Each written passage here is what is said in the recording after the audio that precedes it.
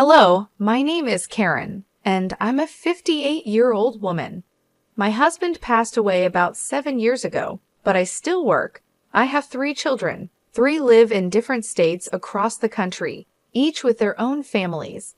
I'm very lucky to have such a big family. One of my children, Zachary, still lives in our hometown.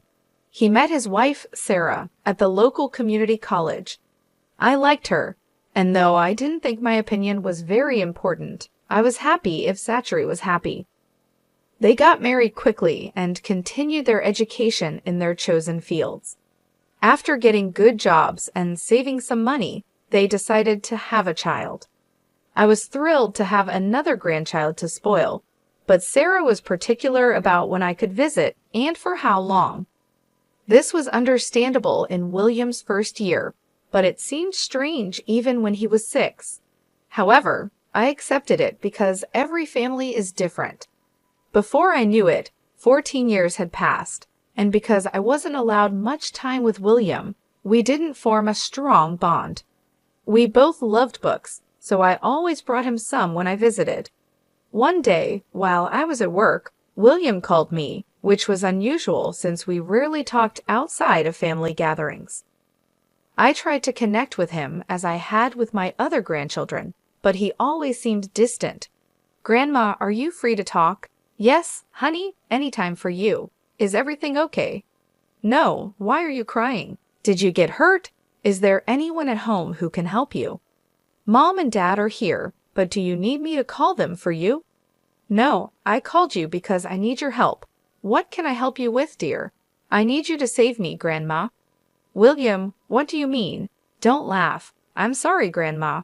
That wasn't what I was expecting to say. I'm not joking. If you can't help me, I'll find another way." "No, wait. I'm sorry for laughing. Now, can you explain what you mean by save me?" "I need you to save me from my devil mother." "Devil mother? What do you mean?" "She's not as sweet and nice as she seems. She is really mean to me when no one's around. Oh no, I hear someone coming. I have to go. Please don't tell them I called. Bye." I was confused and worried. As far as I knew, Sarah was very kind. How could William say she was a devil? I didn't believe him at first because it seemed like he might be upset with Sarah for possibly punishing him. Both Sarah and Zachary had told me William was quite a tricky child. But something inside me felt that William was serious. When I got home, I couldn't stop thinking about the call. It was strange for William to do that. I thought about it for a few days, but still felt uneasy. So I decided to buy a hidden camera. I felt bad for spying on my son and his family, but I told myself I was doing it because William asked for help. If nothing was wrong, I could just take the camera back. But if something was wrong, I'd need to act. I hoped a serious talk would fix any issues. The camera arrived in a few days. Once I set it up, I could watch live and recorded footage on my phone, which was very handy. After getting everything ready and learning how to use the camera, I decided to call my son and ask if I could visit. "Hello, sweetie. How's everything?" "Everything's great, Mom. What about you?" "It's the usual, but I was wondering if I could come over sometime." "Of course, Mom. Is everything okay?" "Yes, I was just thinking we haven't seen each other in a while. Maybe I could visit your place one day?" "Sure, Mom. How about this Sunday?" "That works. But should I check with Sarah first? I remember not liking it when your dad made plans without asking me." "I know Sarah would be happy to have you over." "Don't worry, Mom." "All right then. I'll be there around 7 o'clock." "That works. See you soon. Take care." Even though I had another reason for visiting, I was still excited to spend time with my son. I rarely saw my other children except during the holidays, so it was nice having one living in the same town. The weekend came quickly. I got ready early, went to the grocery store, and picked up a nice bottle of wine and some books for William since he loved reading. When I arrived, they all welcomed me warmly. William looked so relieved to see me, it made me worry again. He hadn't tried to contact me since our first phone call, so I didn't know what was on his mind. I spent the next few hours chatting with Zachary and Sarah. We had dinner and drank the wine. Eventually, William went to his room, since we were talking about things that probably didn't interest him. I excused myself to go talk to him. Sarah seemed a bit hesitant, but I insisted since it had been a while since I visited, and I wanted to spend time with my grandson. Zachary told Sarah to let me go and talk to William. When I entered his room, I closed the door behind me and handed him the books I had bought. We talked about the books for a while because he seemed really excited. I didn't bring up what he had mentioned earlier because I wanted him to start that conversation. Later, we talked about other things like what was happening in our lives. At one point, while he was telling me about his school, he wrote something in his notebook and showed it to me. It said, "Mom's listening, can't talk about anything." I wasn't sure if he was serious or just worried, but I went along with it. We kept talking, and I wrote in the notebook that I had brought a hidden camera with me and asked if I could put it in his room. He looked worried, but agreed quickly. Hidden camera. I found a good spot in the room to place the camera where it could see well. I set it up, started recording, and checked my phone to make sure it was working.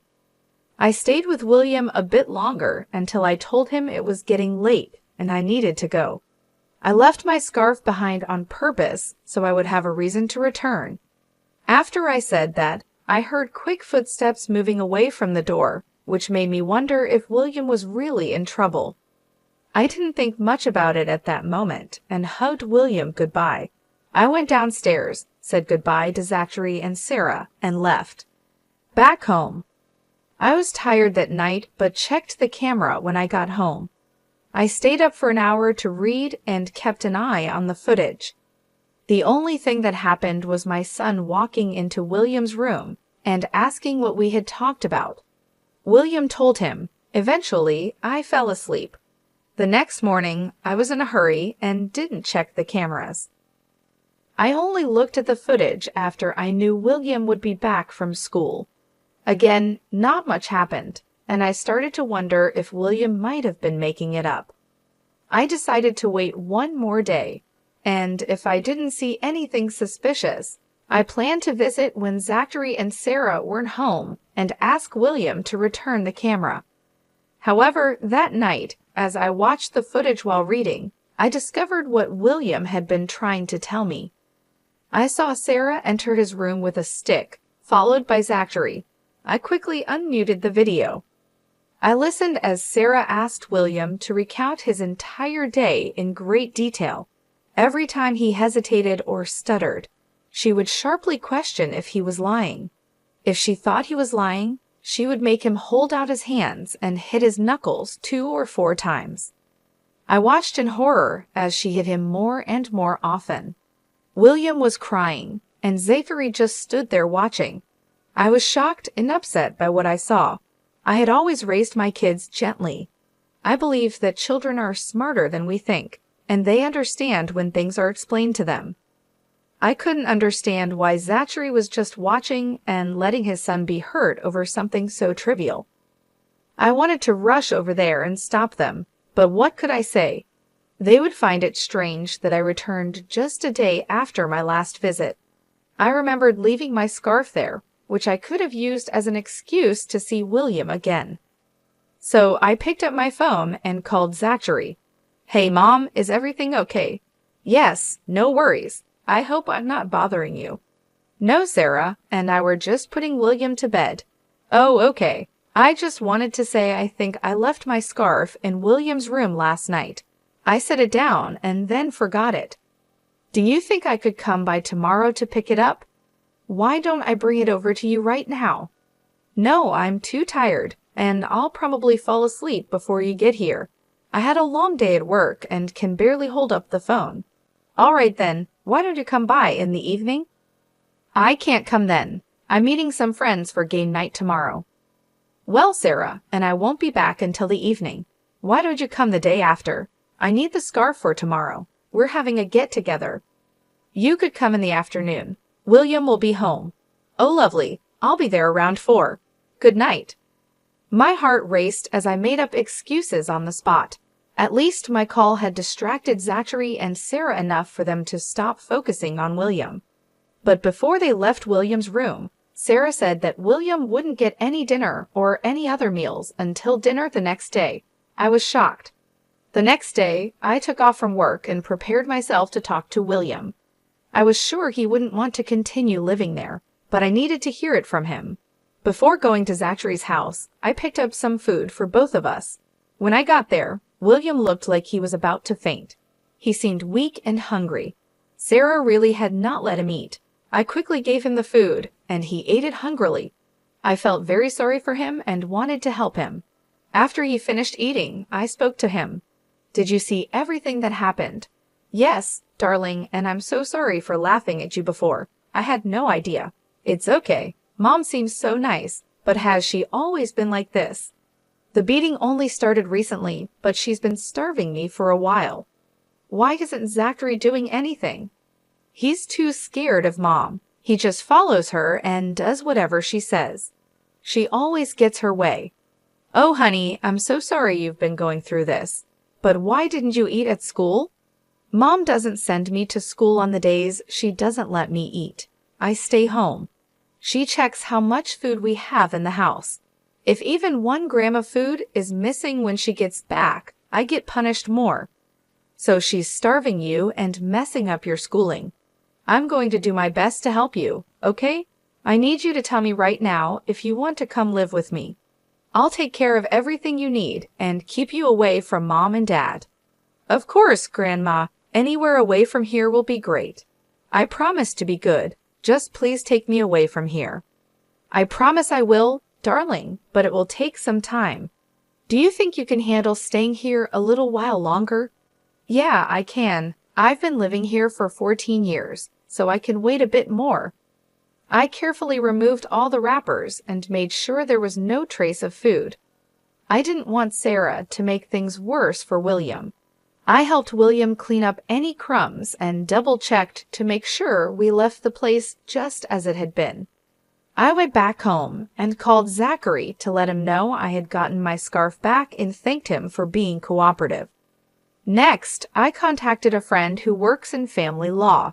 I explained my situation, and he said that fighting for custody of William would be hard and long. He also told me that even if I got custody, it might be temporary, and Sarah could change her behavior and regain custody. I knew going to court might not work in my favor with the little evidence I had, but I did have one plan. I could use the evidence to get her to make me William's legal guardian. Sarah works as a counselor at a middle school, and I was sure she wouldn't want her abusing her child to become known and risk her job and future opportunities. I kept a close watch on the footage over the next few days as I gathered all my evidence and prepared the paperwork for a transfer of guardianship. I waited until the weekend to visit Zachary's unannounced. When Zachary opened the door, he looked surprised. "Mom, what are you doing here? I need to talk to you and Sarah." I don't think now's a good time." "Why? What's going on?" "Just family stuff." "Hold on. How come you're over so frequently? Can't I visit my son?" I didn't think I needed special permission to do that. "I didn't mean it like that, but it's just unusual. You don't usually come by so often, and this week it's been frequent, which is strange since you rarely ever drop by before." "It's not really strange. I only came over today because I have something seriously important that I need to discuss with both of you." "What's that sound?" I had my suspicions about Sarah's behavior towards William because of how evasive Zachary had been acting. But when I suddenly heard what sounded like loud crying coming from William's room, I knew I had to act. There was no way I could just stand by when I was right there and could do something. I quickly moved past Zachary, with more of a speed walk than a run due to my age, and burst into William's room. There, I saw William sobbing, clutching his face, while Sarah stood over him, breathing heavily, her face twisted with malice. The sight made me shiver. I rushed to William's side and asked him if he was all right. He just hugged me tightly, crying into my shoulder. while Sarah huffed and stormed out of the room. Once William calmed down a little, I took a good look at him. His cheek was red and swelling, his knuckles were bleeding, and there were welts on his arms, all evidence of being hit with a stick. I felt a rage like never before. What kind of monster would need to hit a child so hard? No matter what he did, nothing justified that level of harshness. I went downstairs to the kitchen, grabbed a bag of frozen vegetables, and went back up to William so he could use it to help reduce the swelling on his cheeks. Once I made sure he was somewhat okay, I told him that we would be leaving for my place immediately and asked him to pack as many of his belongings as he could. Then I walked back down to confront both Sarah and Zachary. Sarah looked furious, and Zachary seemed like he wanted to be anywhere but there. "How dare you just barge into our home like that?" Sarah challenged. "Isn't it a good thing that I did? You are hitting your child, for crying out loud," I countered, my voice firm. "What I do in my family is none of your business," she snapped back. "Your child is my grandson, and he is a part of my family too. You're hurting him, and I can't let that go on," I asserted, standing my ground. "He may be your grandson, but you don't live with him. You don't know how he behaves. I'm just disciplining him." Sarah defended her actions, but her justification fell flat. "It doesn't matter if he's being difficult, he's a child, and there are so many other ways to handle discipline other than hitting. You, of all people, should understand that," I insisted, my voice laced with both anger and disappointment. "I don't believe in any of that gentle parenting stuff. Leave me and my family alone, got it? I'm afraid I can't do that." "What do you mean?" I handed Sarah the papers she needed to sign to transfer guardianship rights to me. Both she and Zachary stared at the paper for a long time before looking up at me, confused. I explained that they both needed to sign the papers, or I would show the proof I had of them hitting William. "What do you mean by proof?" "I set up a hidden camera in William's room last week. I have all the proof I need. Neither of your jobs would be okay with what you've been doing, especially yours, Sarah. If you want to keep earning money, I suggest you sign the papers." "You are spying on us. That's a huge invasion of our privacy. Don't get me wrong, but I was only acting based on what I knew. I needed to make sure William was okay." "Mom, don't do this to us. Give us another chance. I'll make sure it doesn't happen again." "I don't want to hear it. I'm very disappointed in you, Zachary. I raised you to be better than this. You're just as bad as Sarah, if not worse. I'm taking William with me, and I expect the papers to be signed. If you don't, you know what will happen." I knew they didn't want to risk their jobs, so they didn't fight back when William and I left. I took William out for dinner and ice cream and did my best to comfort him. I provided him with a safe place to express his feelings and just be himself without fear. In the weeks that followed, I was granted legal guardianship of William. Sarah and Zachary said they planned to move to a different state and didn't want to disrupt William's schooling as a reason for the guardianship transfer. They did end up moving, which was a big relief for me. William is doing much better now and seems a lot happier. Knowing he won't see his parents for a long time has helped him feel safer. He's one of the kindest and sweetest kids I know. He thanks me every day for what I did for him, and I intend to keep my promise to always protect him for the rest of my life. Thank you for listening.